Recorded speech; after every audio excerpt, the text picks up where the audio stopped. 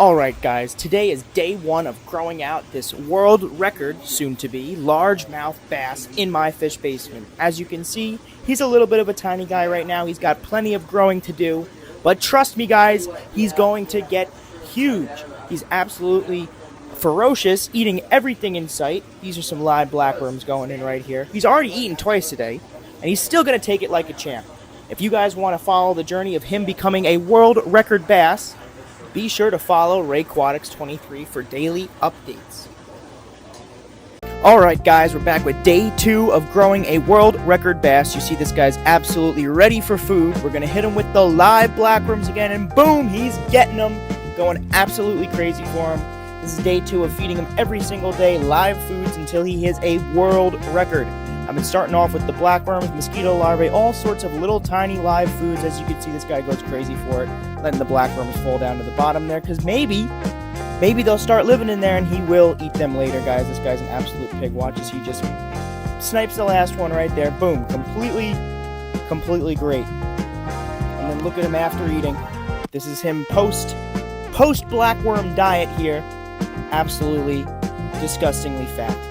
If you want to see how big this guy gets, don't forget to follow RayQuatics23 below. World record, baby! Another day, another bass feeding, guys. Welcome back to day 3 of growing a world record bass in my basement. As you can see, I tried to feed him a pellet.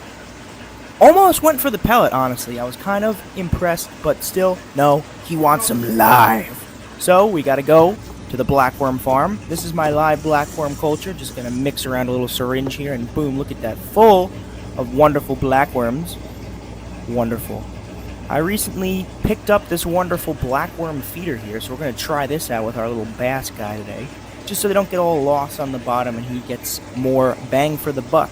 But it seems like he doesn't really know how to use it yet. He will eat a few blackworms out of it, but he's still a little bit scared of it. So I'm just going to put some more in from the syringe. Watch him go absolutely crazy. Love this guy.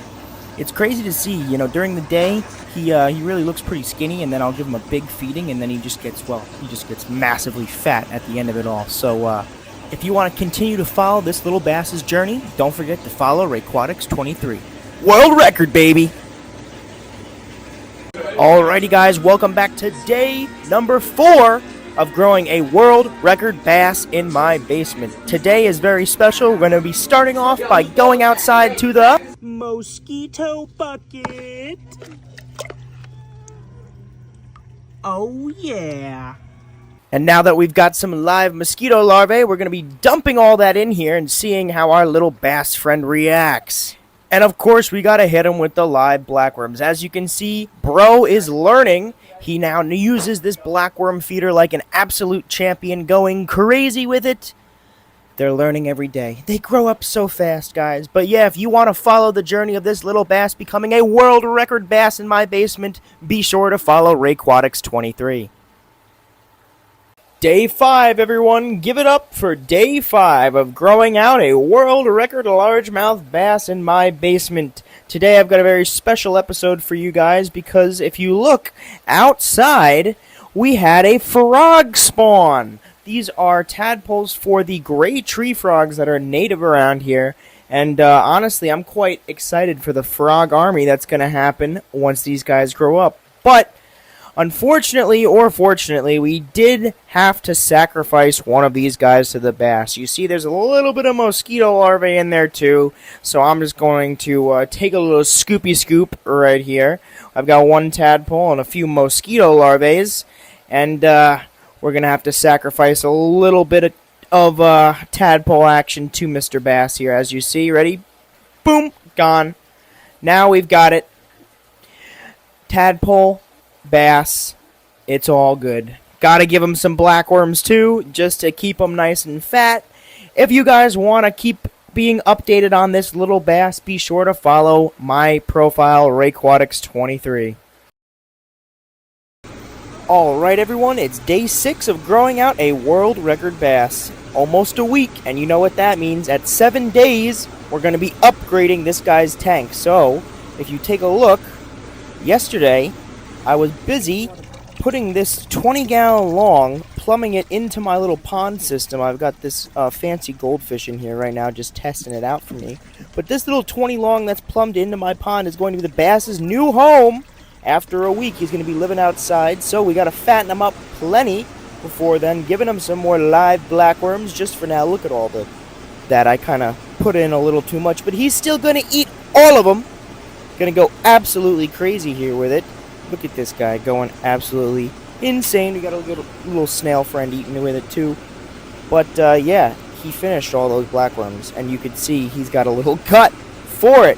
So if you want to continue and watch this bass move into his new home, don't forget to follow along. Alrighty guys, welcome back to day 7, 1 full week of growing out this world record largemouth bass in my basement. Today is incredibly special because we're going to be upgrading this guy to the outdoor 20 long bass grow out aquarium. So let's go ahead and give him one final meal here in the 10-gallon. His favorite, everyone's favorite, the live blackworms out of the blackworm feeder. He knows perfectly well how to use this thing. Now look at him go. He's absolutely crazy. So this is the 20-gallon we're going to be putting him in right now. I threw a little bit of rocks and wood in there. I'm going to be putting a little bit more gravel and scaping it nice for him. But now it's time to catch him out. Going to grab a little net. Boom! Got him. Put him right in the dip cup. We're going to be able to see all the wonderful progress he's made over the past week. He's definitely got a lot more color, looking pretty nice, as I do say. He's going absolutely crazy right now. Like, where am I going? Now you can see we've got the dip cup floating here. I got the gravel and the wood in the tank, making it look a lot more natural. We're just going to let him float here for about 15 minutes, get used to the water quality, and then we're going to dump him in. And now it's time to introduce him to his new home. And he's in! The bass is now in his upgraded home. If you guys want to continue to follow the journey of this little guy, be sure to follow RayQuatics23 below. Welcome back to Growing Out a World Record Largemouth Bass, Day 8. This is footage from last night after putting him into the 20-gallon outdoor aquarium, going crazy on some live blackworms already. He's doing really well today. Look at his colors under the natural light. He's looking more and more like a world record bass each day. The gravel and stuff definitely making it look more natural. These are his roommates, the goldfish and the channel catfish, as well as there's a tilapia in there as well. These are just some of my pond fish here that he's sharing his house with. But other than that, this guy's looking absolutely beautiful under the full sun. It's crazy because the water still is a little bit green. I've been working on that, especially got to do a few more water changes just to make the whole system a little bit more clear. But this guy, day or night, he's going to go crazy eating the live blackworms. I'm just putting them right in his face to start just because it is such a big tank based on, versus what he was in before. So watch, and he's still going to go boom. He's going to get him. Absolutely loves the blackworms, guys. If you want to keep following the journey of this bass now that he's outside, don't forget to pop a follow. It's water change day for our little bass friend here. As you can see, the bass tank and pond is looking a little bit worse for wear. Absolutely covered in this green algae after only a few days. So we're going to get the tube, throw the tube in there, drain that mofo all the way down. Get it down, get it down. We're even going to take the bass tank here. I'm going to rip the overflow tube out of it, draining that whole thing down. And as you can see, our little bass friend here has no idea what the heck is happening. I don't think he's ever experienced this before. Gonna change that dirty, crusty filter sock as well. Look at this, we got a brand new clean one going, and isn't that the most satisfying thing in the world? Just slap that right back on there, get rid of all those debris and detritus in there. Once the pond is all the way drained, we're gonna fill it right back up. Got my hose running here. Don't forget, guys, always add your dechlorinator. I'm using the Seachem Safe here just because it is a pretty big volume of water. Dumping that in there, making it all safe for the little fishies. Filling it back up, you can see it's so much more clearer. I'm even going to add these little iris plants to the bass tank, hopefully to get rid of some of that nitrate, decrease the algae load. Looking a lot clearer after the water change. Be sure to follow RayQuatics for more updates on our little bass friend. There's fish in my water bottle. It appears there's fish in my water bottle. Huh. Alright guys, this is day 10 of feeding my world record largemouth bass, and day 10 means new friends!